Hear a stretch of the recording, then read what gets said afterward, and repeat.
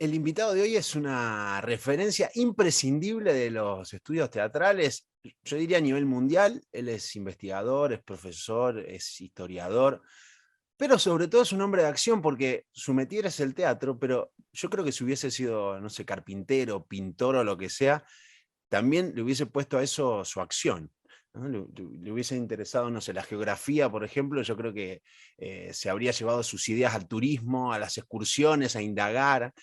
Quizás hubiese inventado el turismo antropológico o arqueológico, no sé, pero bueno, se dedicó al teatro, por suerte, donde profundizó y profundizó mucho desde las investigaciones, desde la gestión institucional y desde las conferencias, desde las clases. Da cátedras, bueno, en todo el continente americano, y también con publicaciones de muchísimos libros. Y él de alguna manera supo condensar todo ese saber en un proyecto que es la Escuela de Espectadores.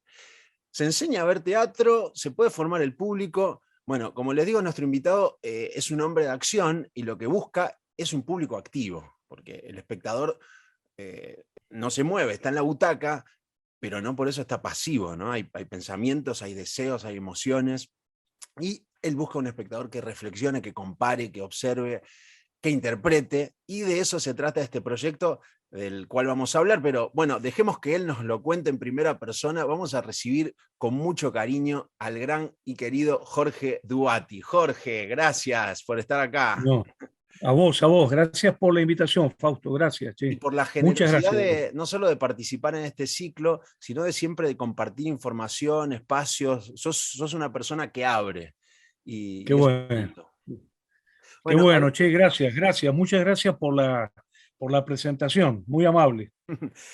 Jorge, la Escuela de Espectadores lo que propone es acercarse a la experiencia del teatro con herramientas para que la gente disfrute más. Algo también muy lindo, ¿no? Empoderamiento del espectador.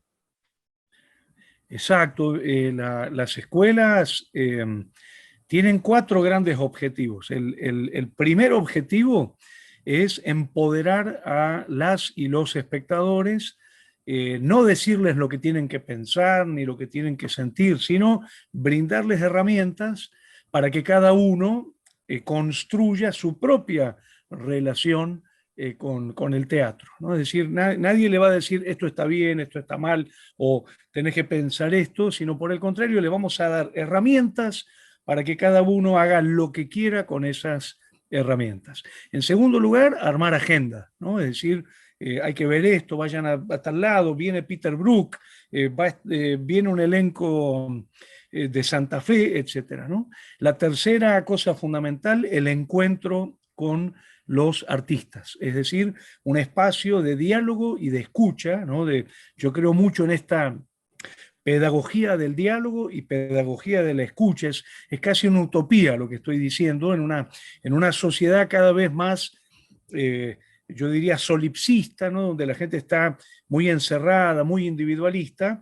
La escuela propone una utopía del diálogo y de la escucha entre los artistas y los espectadores, entre los espectadores entre sí.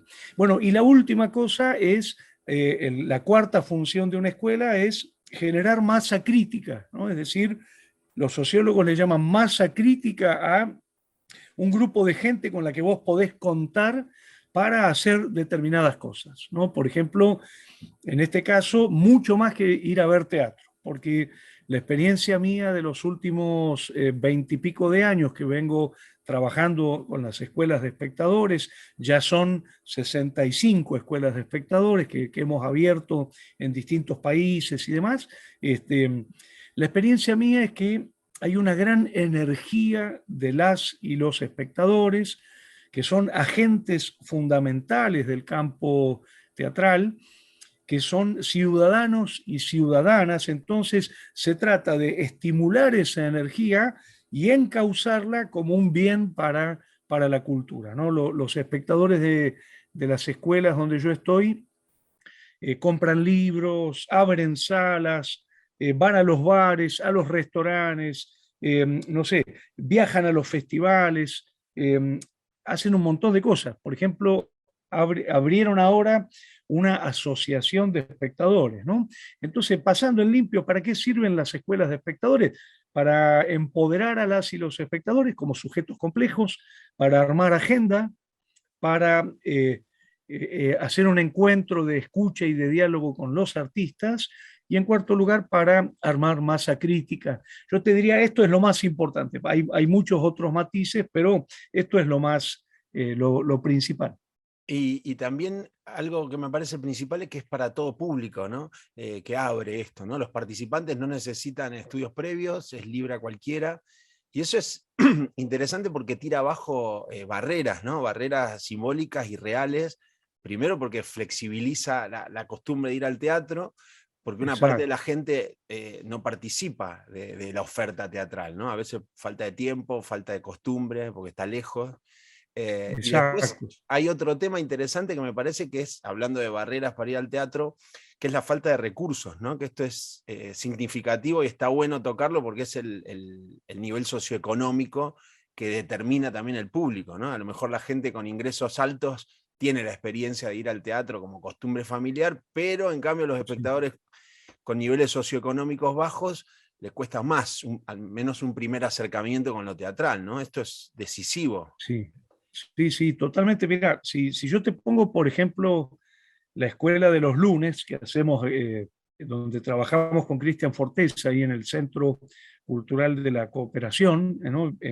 Es el Centro Cultural Floreal Gorini del movimiento cooperativo, es uno de los movimientos populares más grandes del país, ¿no? Después del movimiento obrero, el movimiento cooperativo es el segundo gran movimiento nacional. Bueno, la escuela de espectadores de los lunes tenés farmacéuticos, amas de casa, profesores de gimnasia, ingenieros, jueces, comerciantes, o sea, lo que menos hay es gente de teatro, digamos, eso es muy llamativo, ¿no? Y por otro lado, cuando alguien se acerca a la escuela, nosotros por suerte tenemos cupo completo ya hace un montón de años, pero cuando alguien se acerca siempre viene como dudando, ¿viste? ¿Será para mí esto? ¿Usted cree que yo podré? Porque yo no sé mucho. Y yo siempre digo, mire, lo único que necesito es que usted me diga que está dispuesto o dispuesta a disfrutar del teatro. Si la actitud es la de disfrutar del teatro, va a andar bien, va a andar bien. Digamos, no es que hay que saber cosas o haber hecho cursos o haber hecho teatro. Yo creo que las escuelas están pensadas para cualquiera, ¿no? En el sentido de ni para un grupo especializado ni para todo el mundo, para cualquiera que tenga ganas de relacionarse con las prácticas artísticas y de disfrutar más el vínculo con el teatro. En ese punto el rol de la escuela de espectadores sería una buena acción de Estado, ¿no? Del Estado, digo, de cualquier país, ¿no? Porque generalmente los gobiernos tienen como esta política de ofrecer espectáculos gratuitos, ¿no? Está bien porque da visibilidad, pero lo gratuito no forma audiencias, ¿no? Y no forma gente de teatro como está formando, como ese profesor de gimnasia, como ese juez, ¿no? Que le forma una actitud, ¿no? ¿Vos crees que sería una buena Sí, estrategia una escuela de espectadores desde el Estado? sí, sí. Mira, yo creo, Fausto, que desde que yo empecé en el año 2001, empezamos con Noralía Sormani y con un equipo de gente, empezamos a trabajar en las escuelas. En el momento en que empezamos era muy solitaria la actitud, estábamos medio, nos veían como gente rara, ¿no? Diciendo qué locura esto de escuela de espectadores, ¿no? Medio que generaba desconfianza y no se creía en el proyecto. Pero en este momento ya las escuelas de espectadores son agenda de gobierno, es decir, hay escuelas de espectadores en las políticas públicas, hay escuelas de espectadores en los gobiernos nacionales, provinciales, municipales, y esto es lo que se viene, porque en realidad está muy claro, hay una energía de las y los espectadores, hay un poder de los públicos, lo que nosotros podemos llamar una fuerza, ¿no? de estos agentes espectadoras y espectadores, y se trata justamente de estimular y de cultivar esa fuerza, esa energía, ese poder, porque es muy bienhechor para la cultura. Es decir, si nosotros logramos, por ejemplo, que los 400 espectadores y espectadoras que vienen a la escuela de los lunes salgan a llevar al teatro a sus nietos, a sus sobrinos, a sus hijos, ¿no? Según las edades, vos estás generando realmente una irradiación de público. Y si ellos, por ejemplo, esos 400, hablan con sus amigos, ¿no? Y nosotros a partir de una encuesta sabemos que reproducen en 10, ¿no? O sea que cada uno de ellos por lo menos reproduce en 10 personas, en 10 espectadores más, ¿no? Si le gusta el espectáculo. Entonces, eh, ya los 400 se vuelven 4.000 y esos 4.000 empiezan a hacer boca en boca y a escribir en la web y a recomendar. Entonces, esa energía es la que tenemos que trabajar. Como si yo te dijera, así como trabajamos la energía del mar, ¿no? O la energía eólica para proveer energía para la luz, etcétera. Bueno, tenemos que trabajar la energía de las y los espectadores para el crecimiento de los campos culturales, que además esto no es un idealismo sonso. La cultura, por lo menos en la Argentina, es uno de los productos brutos internos más importantes de la vida nacional. Y esto es en todo el mundo. Es decir, la cultura es fuente de trabajo, fuente de consumo, digamos, una fuente, digamos, muy virtuosa de vida social, de vida cultural, de vida económica, ¿no? Sí, Entonces y creo además que se puede hay aplicar que darle bola al espectador. No, perdóname, decía que a lo mejor se le puede aplicar este modelo de escuela de espectadores a otros lenguajes también, ¿no? La pintura, la música, la literatura, ¿no? Con un programa Sí, sí, acorde a cada disciplina, pero se extiende esa energía que vos decís, ¿no? De cultural, de sí. arte. Sí, sí, o sea, entender al espectador como sujeto. Ese es el clic que tenemos que hacer, ¿no? Ya sea el espectador de rock o el espectador de ópera o el espectador de rap o el espectador de... y después, bueno, tratar de encontrar una sinergia entre estos campos, ¿no? Que lo ideal sería que se rompan los nichos, ¿no? O sea, que el espectador de ópera vaya a ver rock y que el espectador de rock vaya a ver ópera. Pero bueno, eso ya es un trabajo que lleva mucho tiempo y que ya implicará otras estrategias. Por el momento, yo creo que lo que estamos es estimulando la construcción de audiencias. Jorge, quería hablar de algo que tiene que ver con la naturaleza del teatro, de la experiencia en vivo, ese ritual medio metafísico, ¿no? El acontecimiento, el evento. Hay un concepto Sí, hermoso al que vos solés recurrir, que es el concepto de convivio, ¿no? sí. Eh, y bueno, esto es la reunión, la ceremonia, y ahí me quiero meter y me interesa especialmente por el clown, porque a partir de compartir tiempo y espacio, el aquí y ahora, se establece una relación, ¿no? La relación del público y los actores, que es un vínculo, es interacción, y en el clown la participación del público es clave, porque es una propuesta escénica que implica esa interacción, ¿no? Exacto. Y vos estás planteando además un curso interesante, porque es ese espectador activo que está viendo y quiere participar. Exacto, exacto. Yo le llamo el convivio, que es una palabra que me gusta mucho, cada vez más. Después de la pandemia me gusta más todavía, eh, a este encuentro de cuerpo presente en territorio, que produce un tipo de experiencia muy singular, muy diferente a la experiencia a través de las máquinas, ¿no? Yo distingo el convivio del tecnovivio, ¿no? Le llamo el tecnovivio a la relación a través de las máquinas, desterritorializada, ¿no? Es decir, no estamos compartiendo el mismo territorio en este momento, estamos conectando una interterritorialidad, ¿no? Entre España y Argentina, digamos, pero estamos, si vos lo pensás, estamos a no sé cuántos miles de kilómetros de de distancia, ¿no? En cambio, el convivio es esto de encontrarse en una sala, en una plaza, en un mercado, en un territorio, en el espacio físico, con el cuerpo vivo, físico, y aparece entonces una zona de experiencia singular. Lo interesante es que históricamente el teatro nace como convivio. Y nace en un origen remoto, no es solamente el comienzo de la tragedia griega o la comedia griega en el siglo V antes de Cristo, sino que el convivio teatral empieza mucho antes, ¿no? Con distintas prácticas de los bailarines, los narradores, los músicos, bueno, lo que podemos llamar un concepto de teatro ampliado, ¿no? La idea de un teatro liminal, un teatro que pierde su límite, claro, con otras prácticas como el rito, la salud, el deporte, etc. Y en ese sentido, yo creo que la pandemia, si algo nos enseñó, es la importancia que tiene el convivio en nuestra vida. Porque al restringir los convivios, porque los convivios son contagiosos, ¿no?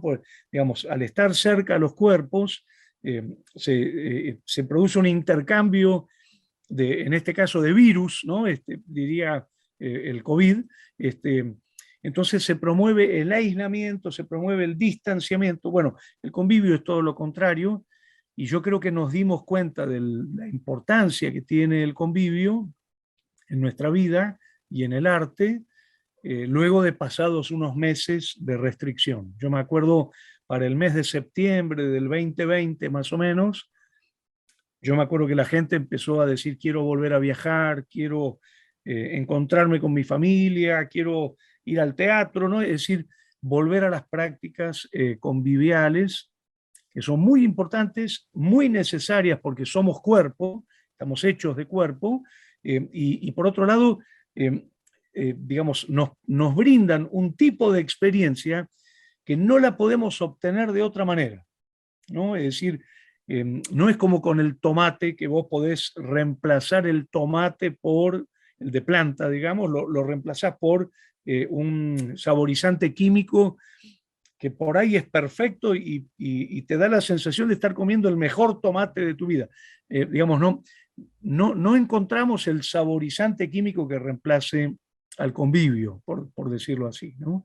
Y por eso creo que volvimos a los convivios recargados, por llamarlo de alguna manera, ¿no? Creo que nunca nos emocionamos tanto de volver a estar reunidos en la iglesia, en el estadio, en el teatro, en las clases, no sé, en el mercado, como después de haber padecido el aislamiento de la pandemia, ¿no? Y creo que en ese sentido, hoy valoramos el convivio de otra manera.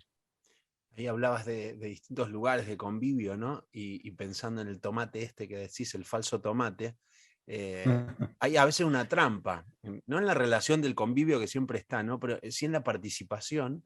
Sí. A lo mejor viene desde lo político, ¿no? Como en los programas de televisión donde la producción pone carteles, ¿no? Para que aplaudan, como una especie de simulacro de interacción, ¿no? Como de falsa participación, ¿no? Ese falso tomate, Sí. ahí sí estaría.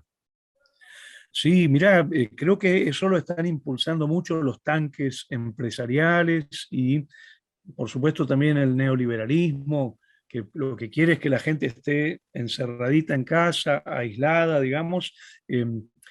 Hay toda una exaltación del tecnovivio, porque el convivio es muy poderoso y es muy peligroso al mismo tiempo. Y por otro lado, vos fijate, gracias al tecnovivio en estos años, en pandemia, cómo se han enriquecido los tanques tecnológicos de, lo llama Zoom, Google, bueno, etcétera, ¿no? La verdad que son unos números increíbles. Entonces, creo yo que pienso que tenemos que usar la tecnología para el bien común, ¿no? Tenemos que usar la tecnología no para aislar a la gente tenemos que usar la tecnología para decirle a la gente que la tecnología no alcanza, que tiene también que ir a los convivios, encontrarse en experiencias territoriales de cuerpo a cuerpo, ¿no?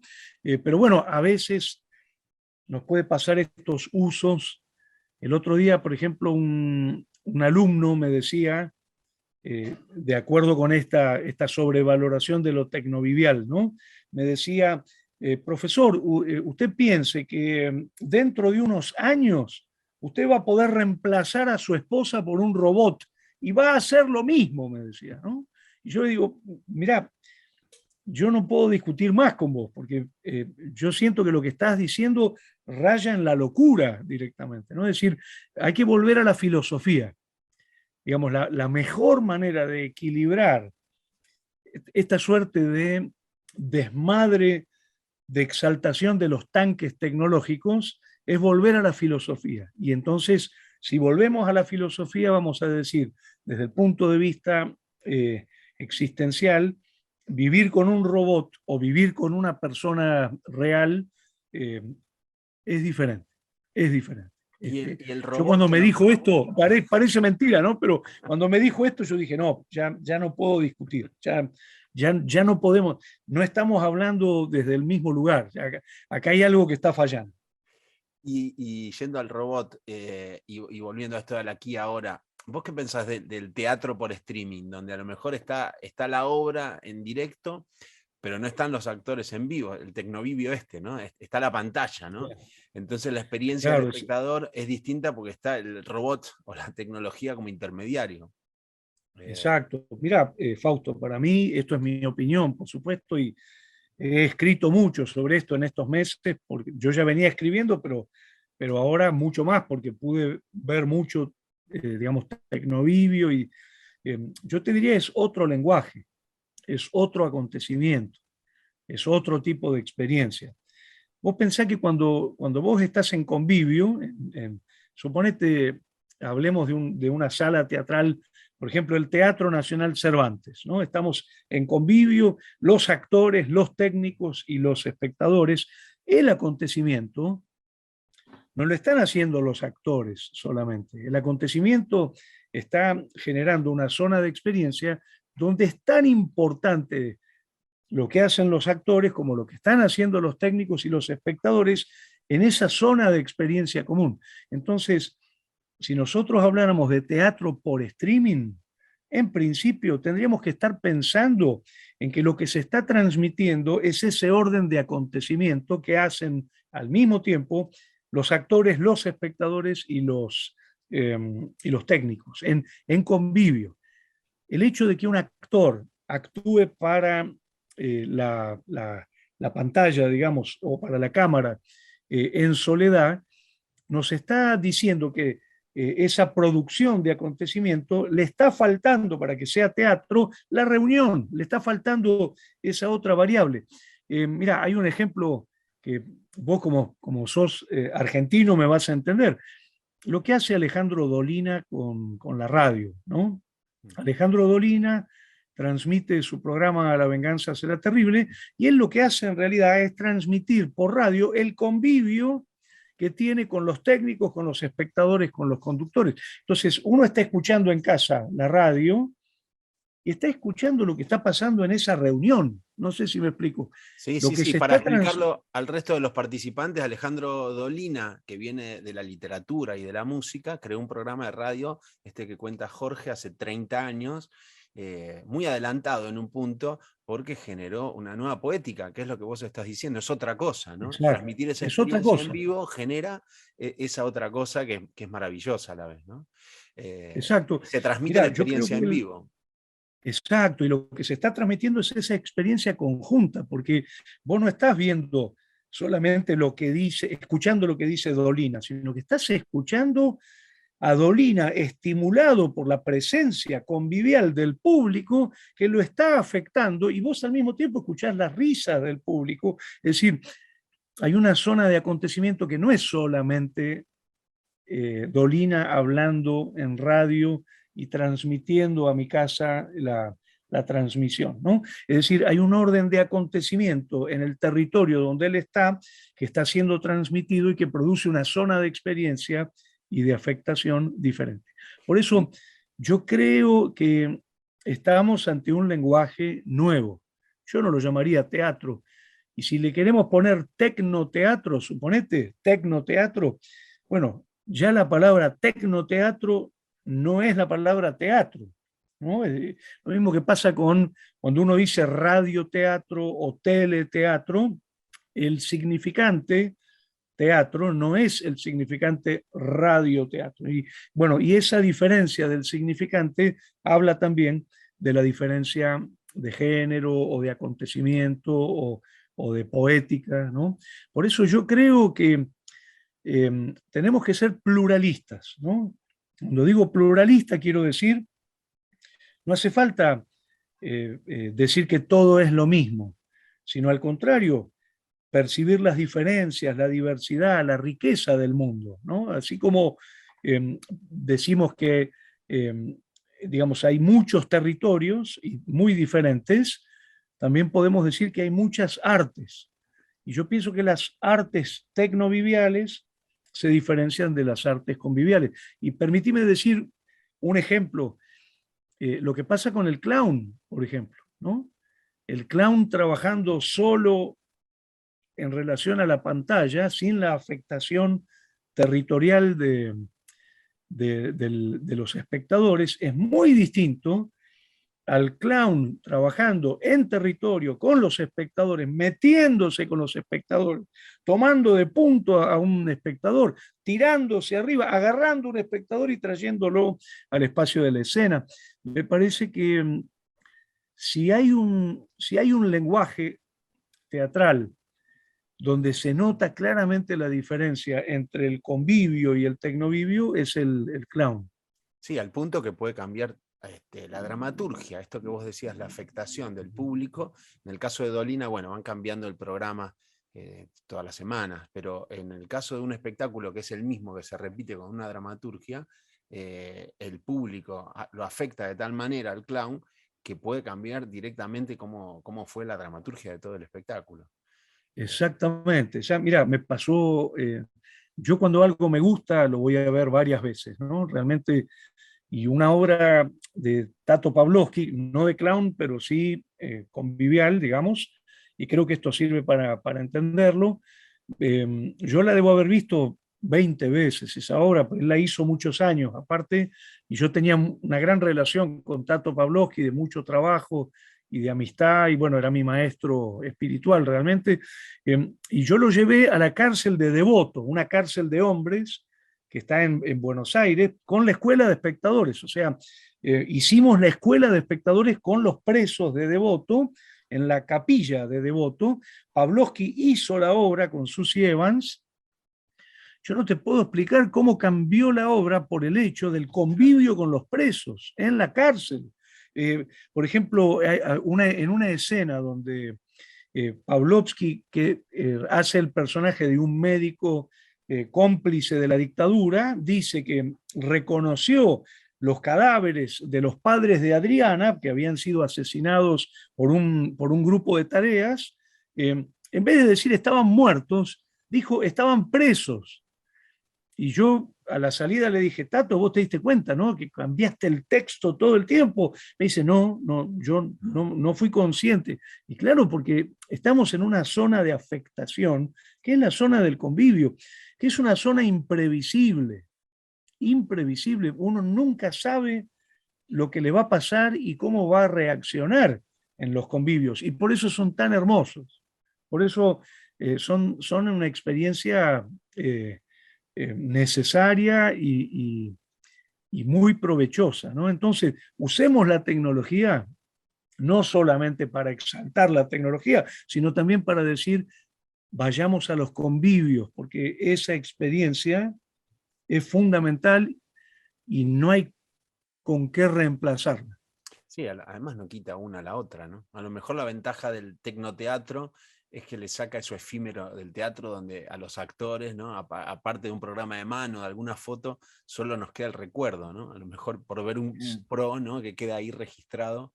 Exacto, yo estoy de acuerdo, pero yo te puedo asegurar que verlo al halcón en convivio no es lo mismo que verlo al halcón grabado transmitiendo o Halcón, Alfredo Halcón, perdón, por ahí no es un Gran actor, actor de referencia argentino, Alfredo Halcón, sí, sí.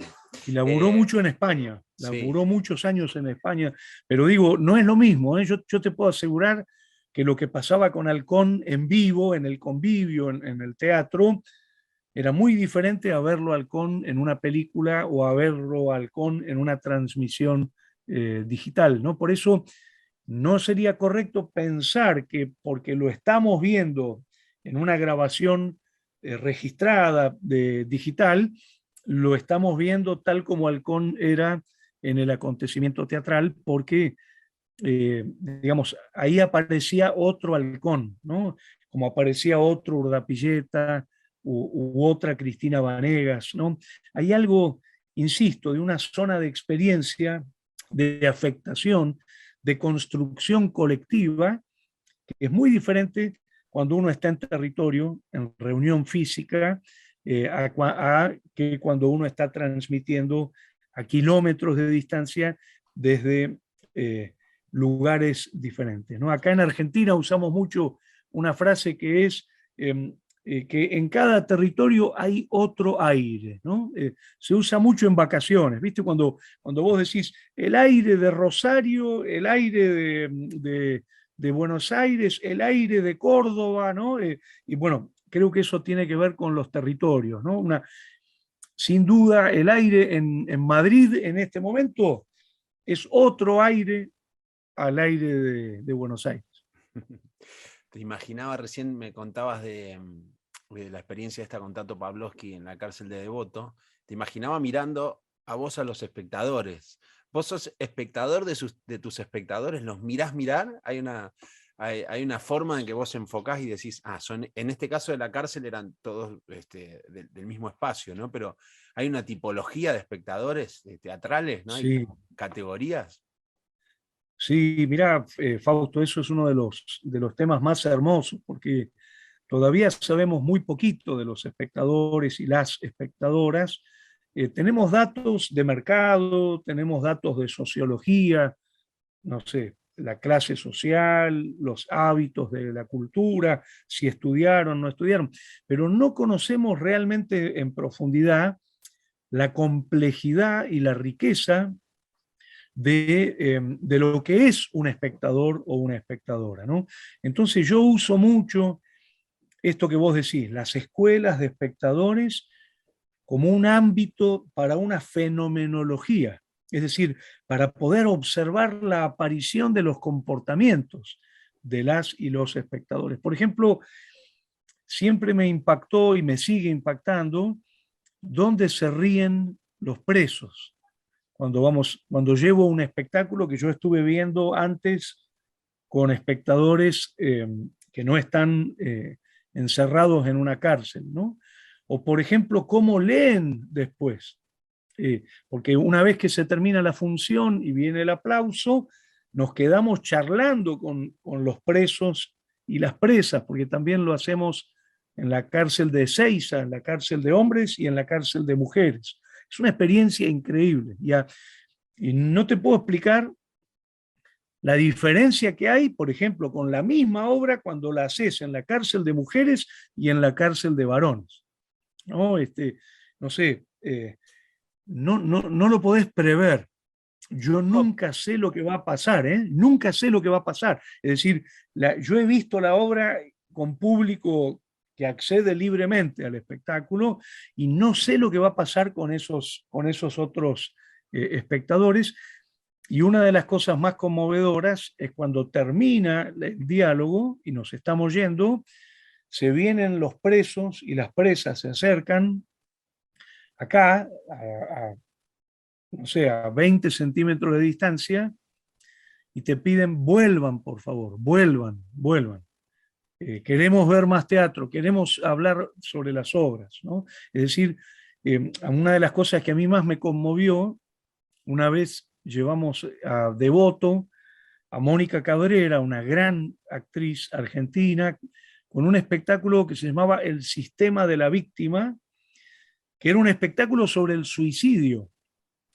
Cuando tomaba como tema el suicidio, ¿no? Un espectáculo cómico, pero el eje era el suicidio. Cuando empieza el espectáculo, yo dije, ahí con los presos en Devoto, yo dije, Dios, ¿por qué trajimos esto? ¿Por qué trajimos un espectáculo que habla sobre el suicidio en la cárcel, ¿no? Digo, mañana tenemos un, no sé, un suicidio colectivo en Devoto. Bueno, termina el espectáculo, charlamos con Mónica Cabrera y los presos, se me acercan en el final los presos y uno me pone las manos acá en el hombro, así, y se me acerca y me dice, yo te quiero decir que yo me iba a suicidar, pero después de ver este espectáculo no me voy a suicidar. Entonces yo digo, bueno, ¿qué, qué pasa acá, che? ¿Qué pasó en ese convivio? ¿Qué pasó en ese acontecimiento teatral hecho, insisto, de manera muy precaria en la capilla de la cárcel de Devoto, ¿no? Bueno, hay algo que acontece que no es lo mismo que ver eh, a distancia, por la pantalla, con un lenguaje organizado por, por el rectángulo y por las texturas de la transmisión, ¿no? Por eso yo soy un gran amante del teatro, ya se habrán dado cuenta, porque implica, yo estoy muy agradecido con el teatro por esto, porque me da un tipo de experiencia que no es la misma que me da el cine o que me da la cultura digital o el libro o el museo eh, con los cuadros, etcétera. Bueno, Jorge, que sigas amando al teatro, que podamos seguir disfrutando de tus reflexiones, de tus visiones, investigaciones, críticas e ideas a través de lo que sea. El convivio mejor, pero si no, que sea de la textura del tecnovivio, del cuadradito o de los hologramas. También ya aparecen hologramas, ¿no? Están filmando a Sí. los Stone con hologramas. Que claro, se puede perfeccionar todo, pero el convivio no va a ser tal como un holograma, ¿no? Mira, sí, yo el otro día veía que ya se está hablando de que Messi en algún momento se va a retirar, ¿no? O por supuesto se habla de la muerte de Maradona, ¿no? Y yo pienso, ¿y por qué no los reemplazamos por un holograma? O sea, reemplacémoslo por un holograma, ¿no? Sería lo mismo. Claro, la magia esa no estaría, ¿no? No, claro, es otra cosa. Una cosa es verlo a Maradona jugar con su cuerpo en territorio, chocando con los otros jugadores, o a Messi, y otra cosa sería ver el holograma. Yo no tengo problema, me encanta ver un holograma, pero digo, sería el mismo acontecimiento que verlo vivo, jugar a Maradona el partido contra los ingleses, o verlo a Messi festejar la Copa América después del gol a Brasil. Yo creo que no. Y hay algo Bueno, más allá pero de la comunicación, pensándolo en fútbol, tiene que ver con algo, no sé, energético. En lo teatral está, ¿no? Esto metafísico, del timing también, no es lo mismo verlo en la pantalla, ¿no? exacto. Más allá de Sí, lo que pueda afectar el público a los teatristas y viceversa, hay algo que no sé, sabemos qué es, que lo hace especial, ¿no? Mágico. exacto.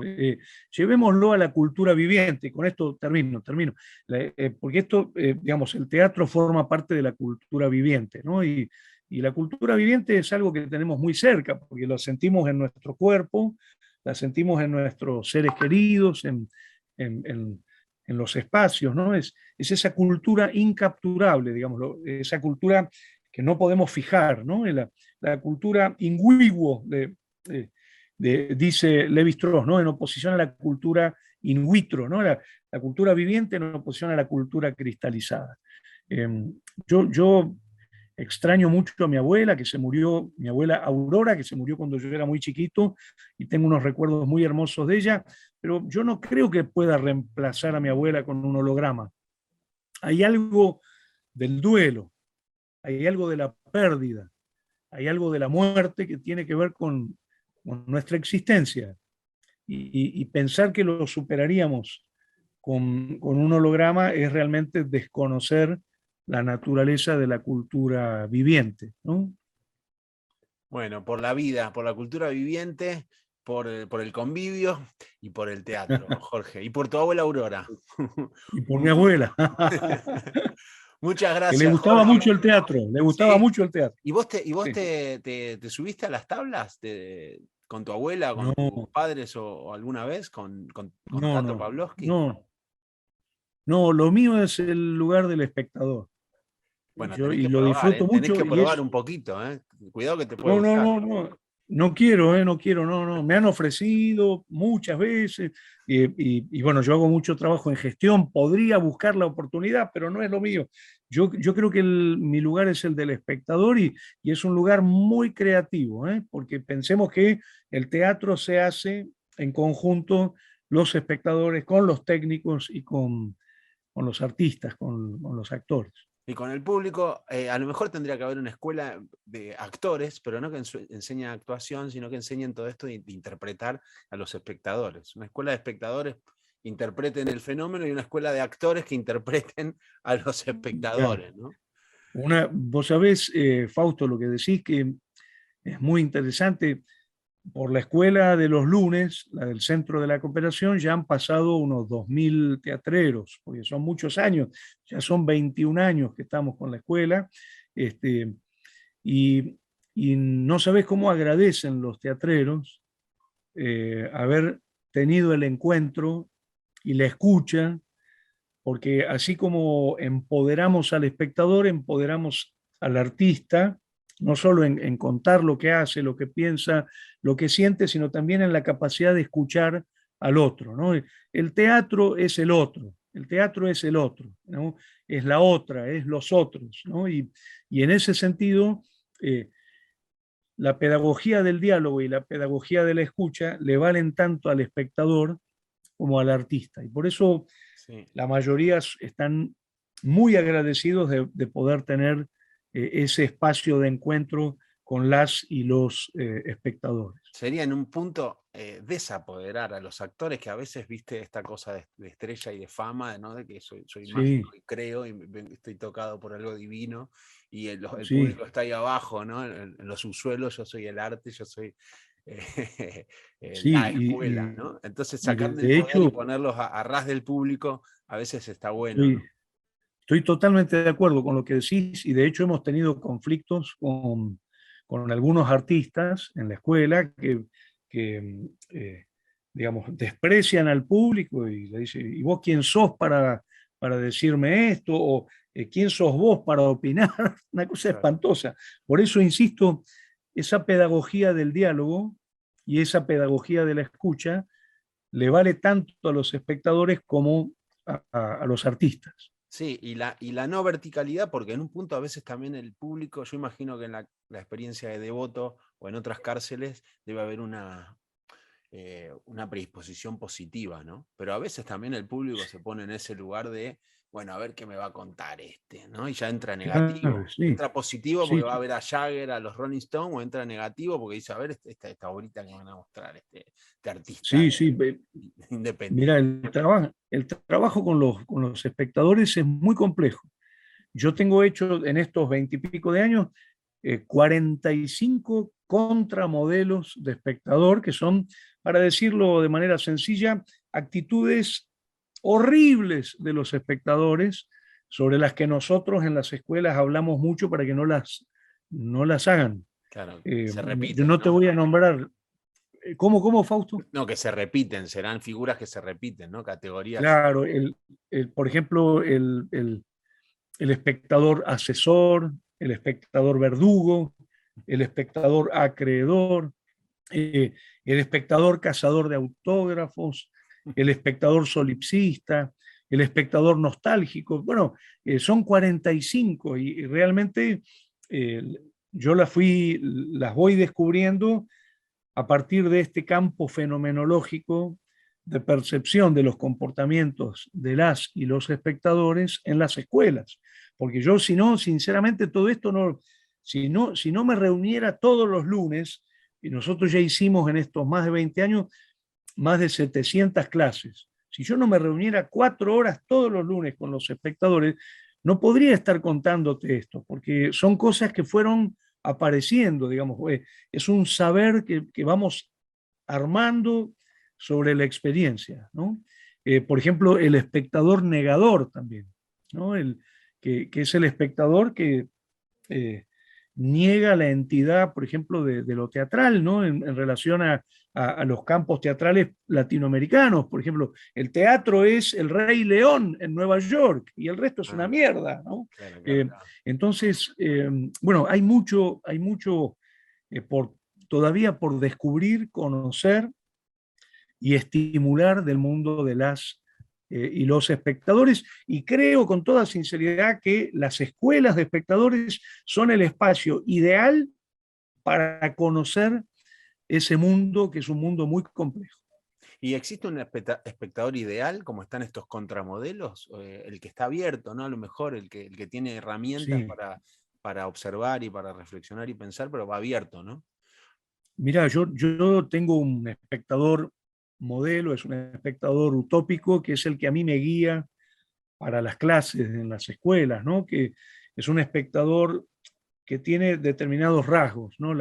El dialogismo, la amigabilidad, la hospitalidad, la apertura, eh, la capacidad de relacionarse con el otro, de dialogar con el otro, ¿no?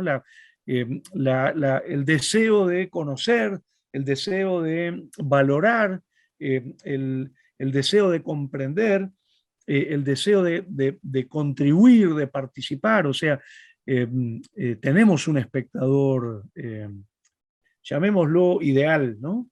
Yo no sé si existe ese espectador ideal, A pero lo sí lo mejor es, podemos soñar y a lo mejor es trabajar una sobre... suma, ¿no?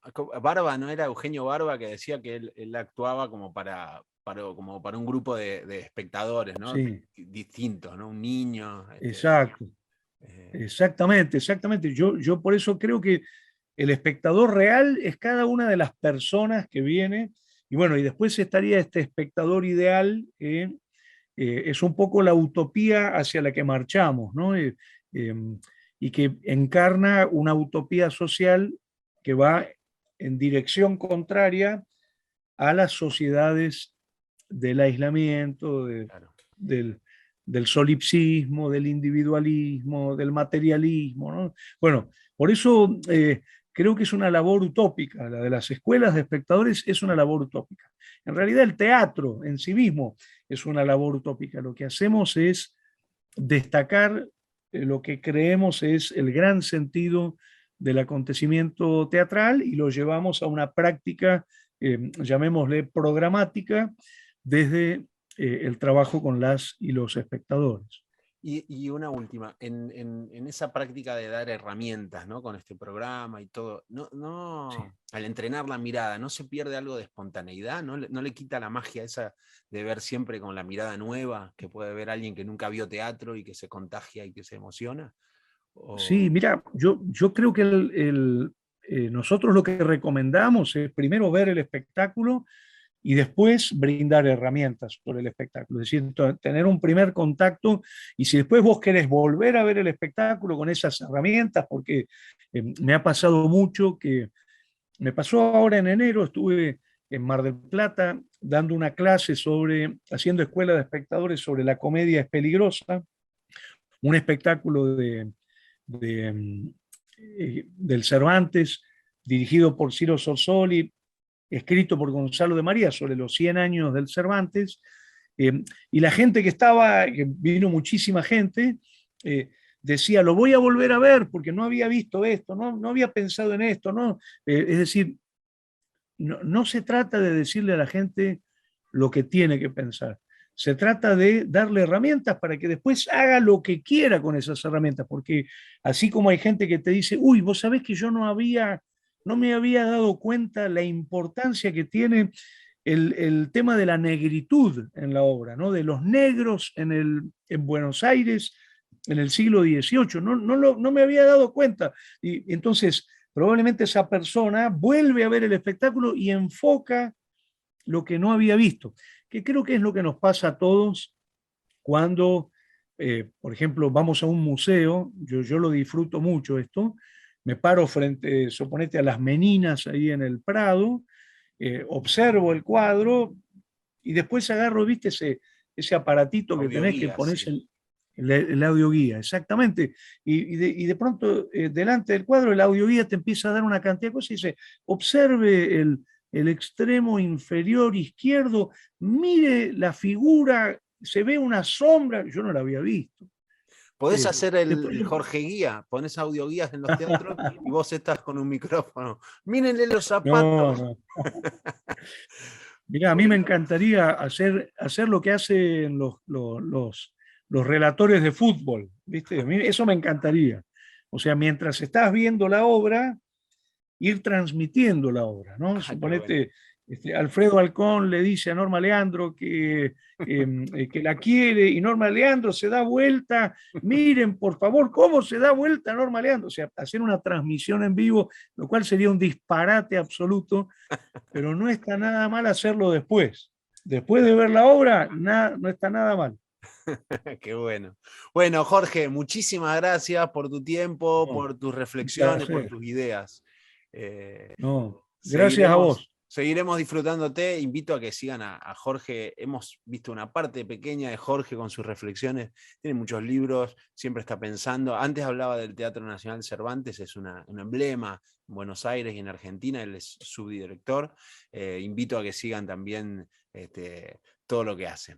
Así que, Jorge, muchas gracias. Un aplauso para vos. A vos, viejo, gracias. Sí, muy amable, muy amable. Muchas, muchas gracias.